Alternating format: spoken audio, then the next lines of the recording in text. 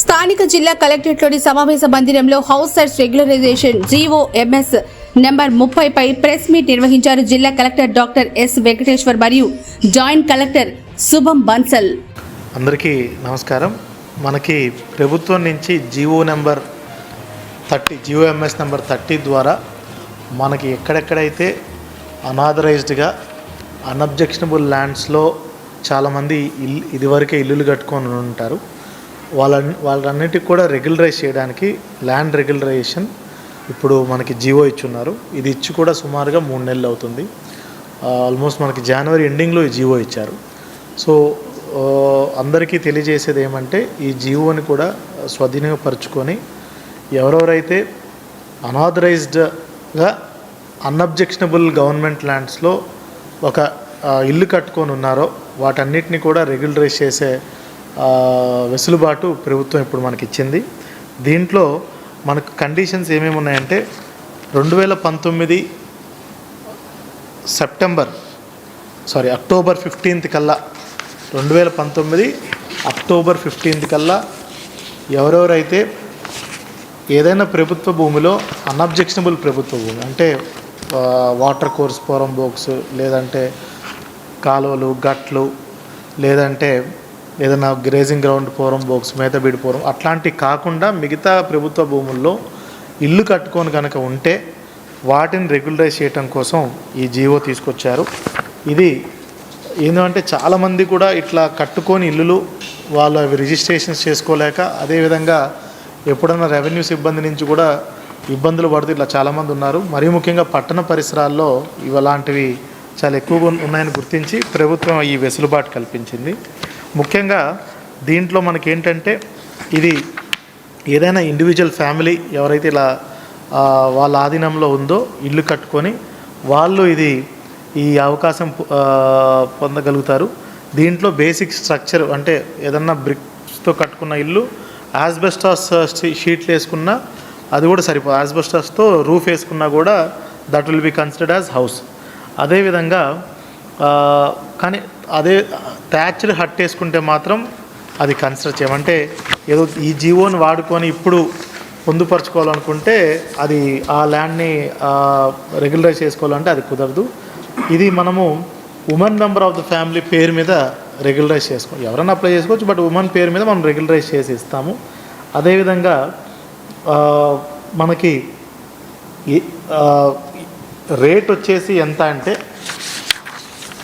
Up to 150 square yards మనకి ఒక D పట్టా ఇవ్వడం జరుగుతుంది.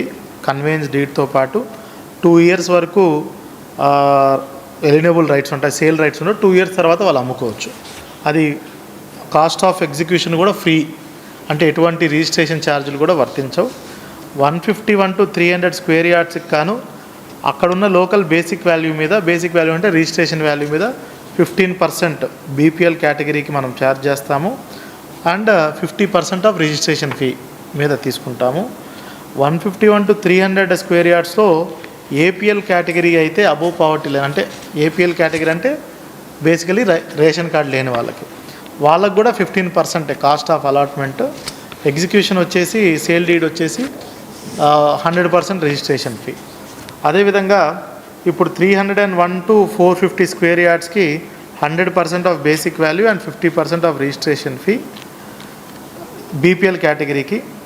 ఏపీఎల్ కేటగిరీకి అయితే 301 to 450 స్క్వేర్ యార్డ్స్లో 200% ఆఫ్ బేసిక్ వాల్యూ.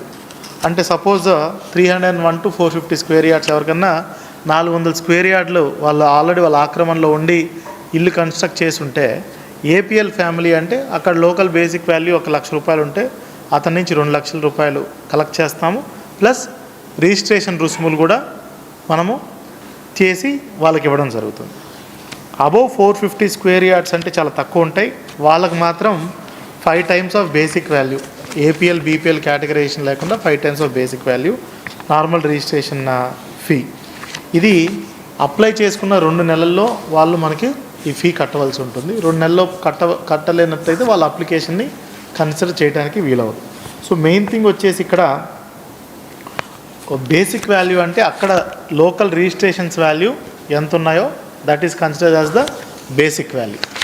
అదేవిధంగా ఏమేమి ప్రూఫ్ ఏమేమి కావాలి ఆక్యుపేషన్కి అంటే చాలామంది నేను ఉన్నామంటారు, కొంతమంది మేము కాదు మేము ఉన్నామంటారు. సో అవన్నీ కాకుండా ప్రూఫ్ ఏముండాలంటే ఒకవేళ ఏదన్నా ఇంతకుముందు చాలామంది రిజిస్ట్రేషన్ చేసుకుని ఉంటారు, రిజిస్టర్డ్ డాక్యుమెంట్లు ఉంటాయి, సబ్సీక్వెంట్లీ మనం 22A పెట్టుంటాం.